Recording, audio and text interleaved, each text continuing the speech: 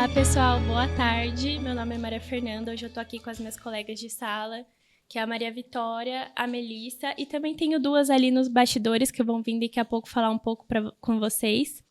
Hoje nós trouxemos aqui no nosso podcast, Healthcast, um pouco sobre a psicologia esportiva. Nós vamos destrinchar um pouco sobre essa temática, né? Onde a gente vai falar um pouco sobre o que essa área da psicologia fala, que é um ramo novo dentro da psicologia, né? É uma área que ainda está engatinhando dentro do mercado, onde o profissional psicólogo esportivo, ele faz essa análise psíquica, né, dos atletas, das características, como que as características psíquicas do atleta afetam tanto fisicamente como psicologicamente. Hoje nós trouxemos aqui o nosso convidado Flávio, que é sensei e dono do Instituto Kamakura, para dissertar um pouco sobre ele, dar uma conversadinha com ele, como que funciona, né, essa relação entre o esporte e a psicologia. Boa tarde, Flávio, tudo bem? Boa tarde, tudo bem? Se apresenta aqui para a gente, fala um pouco, né, sobre o seu instituto, como tudo começou. A gente quer saber um pouco sobre o seu instituto, primeiramente, né? Meu nome é Flávio, sou Sensei Flávio, mais conhecido como Sensei Flávio. Sou responsável pelo Instituto Kamakura, onde atende 150 crianças. A maioria dessas crianças são de baixa renda, né?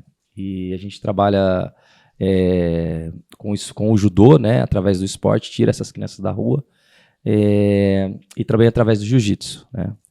Esse projeto foi criado no intuito de ajudar essas crianças, tirar da rua, tirar do celular, né?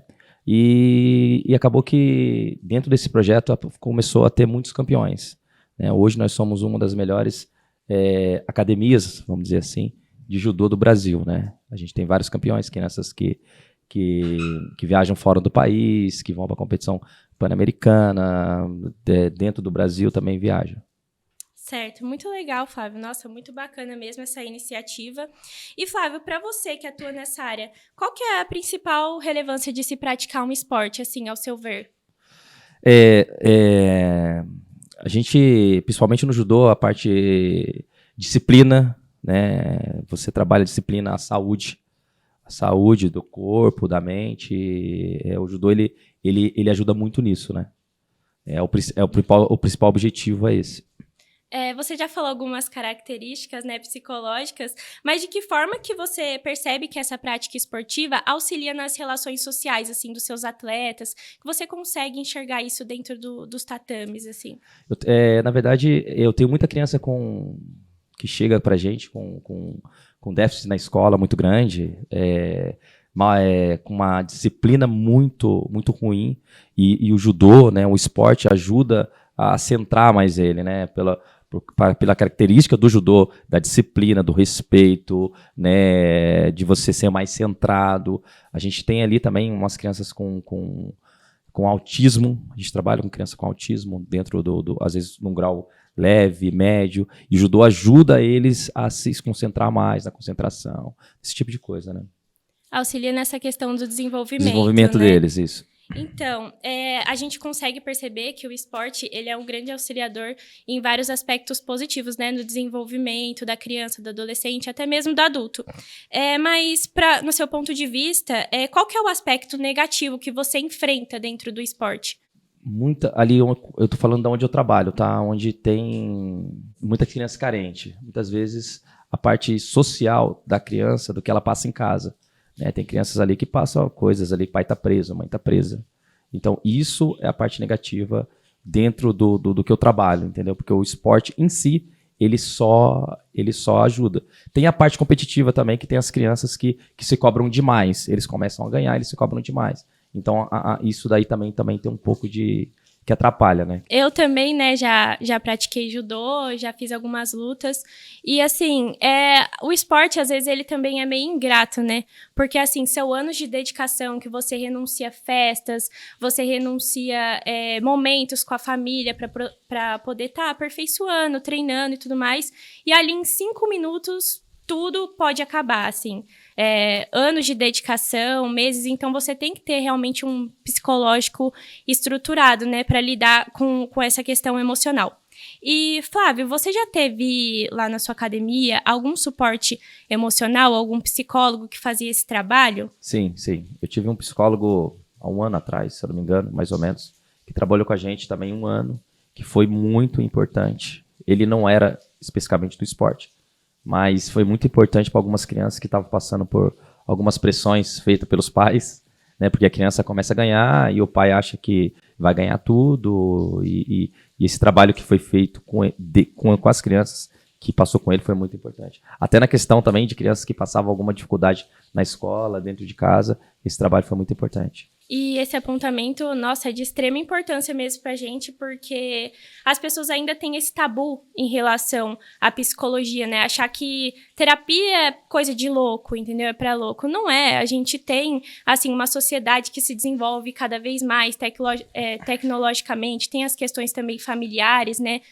As rupturas familiares que fazem com que o jovem, o adolescente, principalmente, acabe tendo suas frustrações, ainda mais dentro do esporte, né, que tem essa questão da renúncia. Como a gente pôde ver, né, um caso que aconteceu recentemente da Copa do Mundo, da última Copa que teve no Catar, onde o técnico Tite falou que não era necessário o suporte psicológico para os atletas dele, para a seleção dele, sendo que se tratava de uma seleção extremamente jovem, com garotos jovens, que era a primeira vez que estava atuando numa grande escala, assim, né? E a Copa do Mundo é uma competição que acontece apenas de 4 em 4 anos. Então, imagina a pressão que aqueles meninos não estavam sofrendo, né? E a gente pôde ver bem isso, o telespectador conseguiu sentir bastante isso no último jogo, né? Que foi o jogo da derrota. E isso foi colocado em evidência, assim, nas redes sociais, que... uma coisa já é a sua autocobrança. Então, imagina o quanto eles não estavam se cobrando. E aí, de repente, você ter a cobrança do mundo inteiro. Não é só do seu país, são de diversos países. E as pessoas atacam, né? As pessoas xingam, elas falam aquilo que o coração tá cheio, né? E você não ter esse suporte emocional abala muito. Então, realmente, a gente consegue ver como que é importante. É uma coisa de extrema relevância pra gente trazer aqui, né?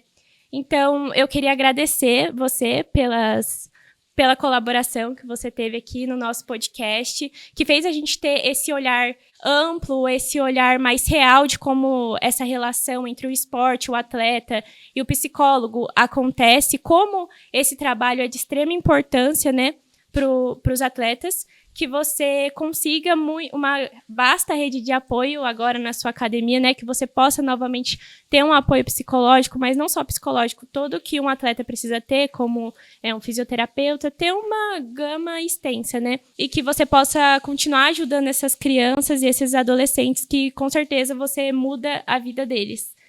Muito obrigada. Então, gente, no primeiro quadro do nosso podcast, a Maria Fernanda, junto com o Flávio, trouxe pra gente aqui à tona sobre a psicologia aliada com o esporte. E agora a Melissa vai falar com vocês, né, nessa segunda parte, um pouco sobre esse ramo da psicologia esportiva.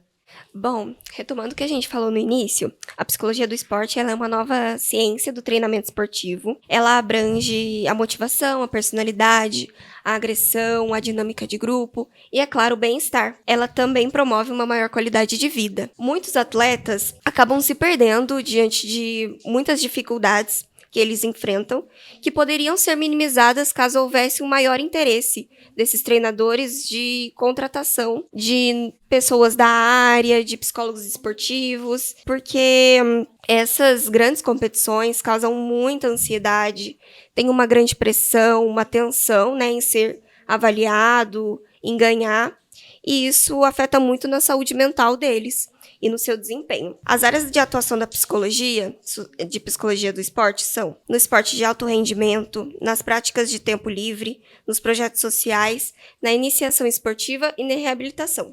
Muito legal as informações trazidas pela Mel sobre a psicologia no esporte, né? É uma área que está muito em alta hoje em dia na mídia. Isso, é verdade, Anne. Muitos casos, né, sendo repercutidos de atletas que precisam desse apoio emocional. E um exemplo disso é o caso da Simone Biles, que, para quem não sabe, é uma ginasta americana muito renomada. Em 2021, nas Olimpíadas de Tóquio, ela acabou desistindo de competir. Se eu não me engano, foi na final do solo individual e de mais outras 2 modalidades, em razão de não estar bem mesmo com a sua saúde mental. Esse caso chocou muito os telespectadores que estavam ali a prestigiando e também os que estavam acompanhando ela, né, pela televisão, já que ela era, assim, uma das favoritas para ganhar o ouro. Nossa, sim, foi algo que, tipo assim, chocou o mundo inteiro, ninguém esperava, né? E também foi um dos maiores eventos no mundo, né, de atleta do mundo. Se eu não me engano, a última prova que ela fez, ela não teve um bom engajamento, né? E aí foi aonde acabou afetando o emocional dela, né? Sim, exatamente. Tem o fato também dela ser um grande nome na ginástica artística, o que pra mim não é pra menos, porque ela é, assim, uma atleta impecável, muito boa mesmo no que ela faz. Só que, querendo ou não, isso acaba gerando uma expectativa muito alta do público em relação ao desempenho dela mesmo. Eu lembro que em algumas entrevistas na época, a Simone falou que a pressão que ela vinha sofrendo há anos nesse meio competitivo contribuiu para que ela desistisse dessa final, né? Parando para pensar, assim, ela é muito nova, apenas, assim, 24 anos, no auge da sua carreira, todos os holofotes ali apontados para ela. Sem contar que a gente estava num período pandêmico, né? Então, sem sombra de dúvidas, a cabeça dela deveria estar muito vulnerável emocionalmente. E é por isso que é tão necessário que uma equipe psicológica, né, uma equipe de psicólogos, acompanhe esses atletas durante essas competições. E o que você acha dessa atitude dela? Sim, pra mim ela foi, assim, muito corajosa e muito inteligente em priorizar a saúde mental dela. Com certeza foi uma decisão muito difícil, porque ali, né, a vida dela, a carreira dela que estava em jogo. E ainda tenho medo de desapontar os fãs, a família e todos os telespectadores que estavam na expectativa. Sim, exatamente. Eu acho que é um conjunto de coisas que levam o atleta a competir, a entrar lá e dar o seu melhor, mesmo quando eles não estão em condições. Mas, assim, ela ter optado por buscar uma ajuda médica mostrou o quanto, assim, é primordial tratar o psicológico e colocar o bem-estar em primeiro lugar. Tem aqui, eu até salvei uma entrevista que ela fez para a BBC e tem uma fala dela que eu achei, assim, muito pertinente a esse tema, assim, que a gente trouxe aqui para conversar, que ela fala o seguinte, temos que proteger nossas mentes e nossos corpos e não apenas sair e fazer o que o mundo quer que façamos. Para mim, ela foi muito cirúrgica. Esse posicionamento dela serviu de apoio, né, para muitos atletas que se veem ou já se viram nessa situação de não estarem bem mentalmente e mesmo assim sentirem esse medo de desistir das críticas, né, a questão de se sentir fracassado. E também para o comitê esportivo, né, gente, aderir políticas de saúde mental para os atletas, que é algo, assim, extremamente necessário mesmo. Gente, é muito importante ter esse apoio psicológico para os atletas, né? E vale ressaltar que a psicologia no esporte é algo muito importante porque ela ajuda nas competições, no dia a dia e também na profissão deles. E também traz uma visão de que, eu sou humano, não uma rede de resultados. E aí dá para ver que há uma vida além do esporte, não apenas o esporte. Sim, Anny, é muito importante, né? E é por isso que existem tantos profissionais qualificados, prontos ali para atender esse público, tanto atletas olímpicos, seleções de futebol, quanto aqueles que competem na Kamakura, por exemplo. e todos merecem e precisam dessa atenção à saúde, um suporte emocional e um olhar humano direcionado a eles faz total diferença. Nós, como, né, futuras psicólogas, temos essa percepção e esperamos que isso seja algo geral, né? Não só no esporte, mas em todas as áreas da vida, assim. Então, estamos chegando ao final do nosso podcast. Eu queria agradecer a vocês, meninas, ao Sensei, Flávio, pela participação aqui com a gente. Espero que vocês, né, gostem desse nosso bate-papo. E é isso, um beijo, até o próximo episódio. Beijo. Tchau. Tchau.